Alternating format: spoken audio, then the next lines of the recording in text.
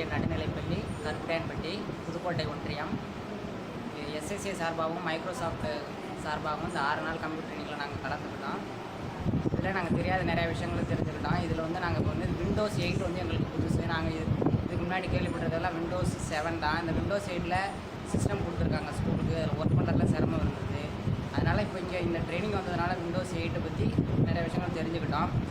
2013 வருஷம் இந்த word XL power பாயிண்ட்லாம் 2013. இதுக்கு முன்னாடி உள்ளதெல்லாம் 2007 பழசு இருந்ததுனால அது எங்களுக்கு எளிமையாக ஓரளவு தெரியும். இது வந்து புதுசாக இருந்ததுனால கொஞ்சம் சிரமமாக இருந்துச்சு. இருந்தாலும் இந்த ட்ரைனிங் மூலயமா அதை நாங்கள் வந்து எளிமையாக தெரிஞ்சுக்கிட்டோம். அது இல்லாமல் இந்த எஜுகேஷன் நெட்ஒர்க்கில் எப்படி கனெக்ட் பண்ணுறது, ஹாட்மெயில் ஐடி க்ரியேட் பண்ணுறது, மெயில் சென்ட் பண்ணுறது, இதெல்லாம் தெரிஞ்சுக்கிட்டோம். இந்த ஹாட்மெயில் ஐடி மூலயமா இந்த யாமர் நெட்ஒர்க்கில் சேர்ந்ததுனால நிறையா விஷயங்கள் வந்து தெரிஞ்சுக்கலாம் அப்படின்னு சொன்னாங்க.